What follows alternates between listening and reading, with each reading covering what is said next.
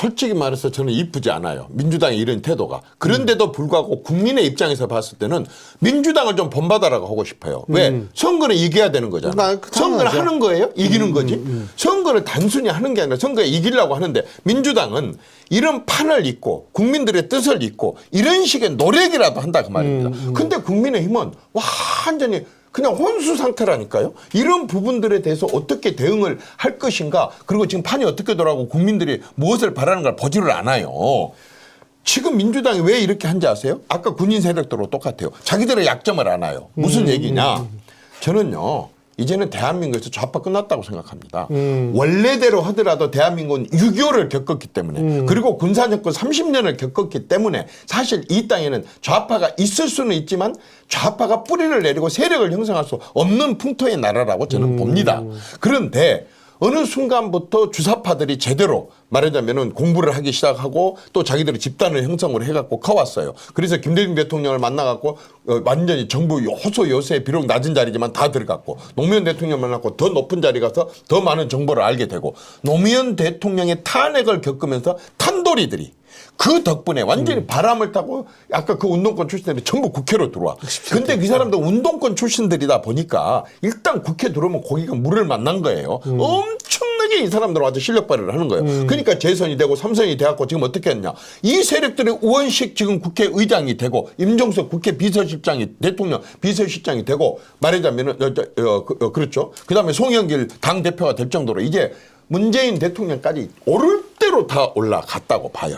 좌파들이. 그런데 첫째는 문재인 정권 5년 동안의 좌파의 정책에 말하자면 신념과 철학을 있는 대로 정책에 반영을 해서 실험을 해봤어요. 그게 말하자면은 비정규직을 정규직화시키고 주 52시간을 관철을 시키고 그다음에 급격하게 최저임금을 올리고 그다음에 또 뭡니까 뭐 임대 뭐 3법인가 뭐 그런 것들을 시도를 해보고 또 반미도 해보고 또 온갖 자기들의 정책을 해봤는데 결과는 어떻게 했냐. 정권 교체가 됐어요. 도저히 교체될 수 없는 상황에서 정치가 교체될 정도로 이 사람들의 좌파들의 정책, 그 말하자면 소득주도 성장을 포함한 이런 것들이 완전히 실패로 저는 끝났다고 생각을 해요. 거기서 좌파는 큰 한 방을 먹었어요.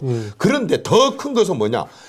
우리 국민들의 과거에 만불이하 때는 정치권들이 뭐 주겠다 그러면 설기다하고 넘어와요. 지금 국민소득 4만 불이에요. 국민소득 4만 불한테 청년들한테 정부에서 25만 원 준다. 13조를 긁어 모아갖고 빚내서 준다. 이렇게 하니까 그 돈을 왜 주는데요? 근데 그 돈 누가 갚아요? 왜 우리가 갚아야 돼? 돈을 당신들이 지금 생생되고 그 돈을 우리한테 책임을 떠넘겨요? 그 돈 저는 안 받겠어요. 이게 4만 불 국민이에요. 이제 민주당의 가장 말하자면 배급 주듯이 나눠주던 네. 있는 기업들로부터 돈 뜯어가지고 돈 뜯는다는 표현이 좀 이상하게 들립니까? 세금을 있는 대로 올려갖고 하는 게 뜯는 게 뭡니까? 그게 착취가 아니고 뭐겠습니까? 그렇게 뜯어갖고 자기 돈인 것처럼 나눠주는 배급주는 이러한 행태가 이제는 먹히지 않아요. 4만 불한테는. 그러니까 가장 큰 자기들의 정치 행태가 안 먹혀버리는 거죠. 그 다음에 두 번째는 또 뭐냐면 세대가 바뀌었어요. 잘 알다시피 대한민국은 후진국에서 태어난 사람, 중진국에서 태어난 사람, 선진국에서 태어난 사람이 같이 살고 있죠. 198개 이 지구상에 있는 나라 중에서 대한민국만 맞아요. 함께 같이 네. 살아. 근데 이 말하자면 2030, MZ세대, 40, 50, 30, 40 이 세대들이 이제는 커갖고 숫자가 이제 절반을 넘어서 버렸어요, 인구에. 근데 이 사람들의 사고방식은 과거 우리가 살았던 사고방식하고 틀려요. 그렇죠. 그때는 자존심을 상해서라도 어쨌든 배고픈 것부터 해결해야 되는데 이제는 배고픈 거 필요 없어요. 자존심이 최고고 인간의 존엄이 최고예요. 그러니까 이 사람들한테 좌파 논리가 먹히질 않아요. 그리고 김대중, 노무현, 문재인 대통령이 북한 왔다 갔다 하면서 북한의 실질적인 사진과 동영상들을 많이 보면서 저런 나라하고 어떻게 우리가 통일을 서둘러. 나도 취직 못 시키면서 통일되면 저 사람도 어떻게 할 건데 서두르지 마세요. 아무리 정교에서 교육 시켜봤자 이건 먹히질 않아요. 거기다가 이제 NL하고 PD하고 싸우죠. 또 진보당하고 민노당하고 싸우죠. 이런 정의당하고 뭐 이렇게 싸우죠. 하면 내부적으로 이제 갈등이 생기고. 그 다음에 이 주축 세력을 됐던 사람들이 이제는 권력의 최정점에 앉다 보니까 권력 맛도 알았고 돈 맛도 알았어요. 거기다 나이까지 들어가고 안정도 해야 돼요.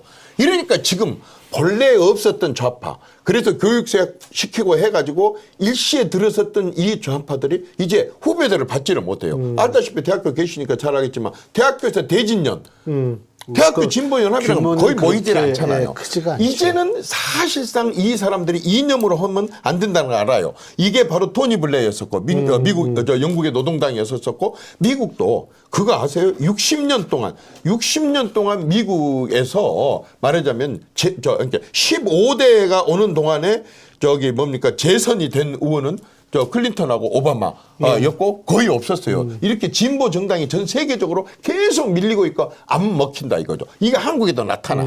그런데 이 사람들은 잽싸게 변신을 해가지고 중도 흉내를 내고 또 위장 가식을 하고 해가면서 이 말하자면 마치 기업인들 편드는 것처럼 이런 식으로 선거 때는 하고 이렇게라도 노력을 하고 있는데 사실 정상으로 이념으로 붙은다 그러면 인간 게임이 안 돼요. 저는 대한민국 게임 안 된다고 봅니다. 그래서 이걸 바꾼 거다. 그렇습니다.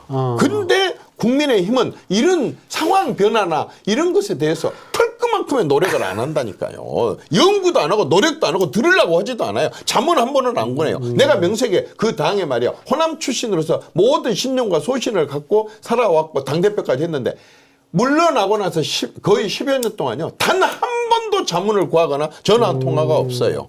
예? 이렇게 해가지고 이런 당이 계속해서 아주 가진 대로 가진 그런 기득권 가진 사람들로 완전히 희끗희끗 해가지고 어째 백발이 성성한 저런 행태로 해가지고 어떻게 국민들의 마음을 살 수가 있겠습니까? 그래서 저는 국거래죄 통째로 갈아엎어야 된다고 하는 생각을 한 겁니다. 사실 보수정당 국민의힘 새누리당 출신으로 유일하게 호남에서 이 지역구에서 당선되신 분이 대표님 아니십니까? 교수님은 알아주시는데 저 당에서 안 알아준다니까. 아니, 저는 100번 1000번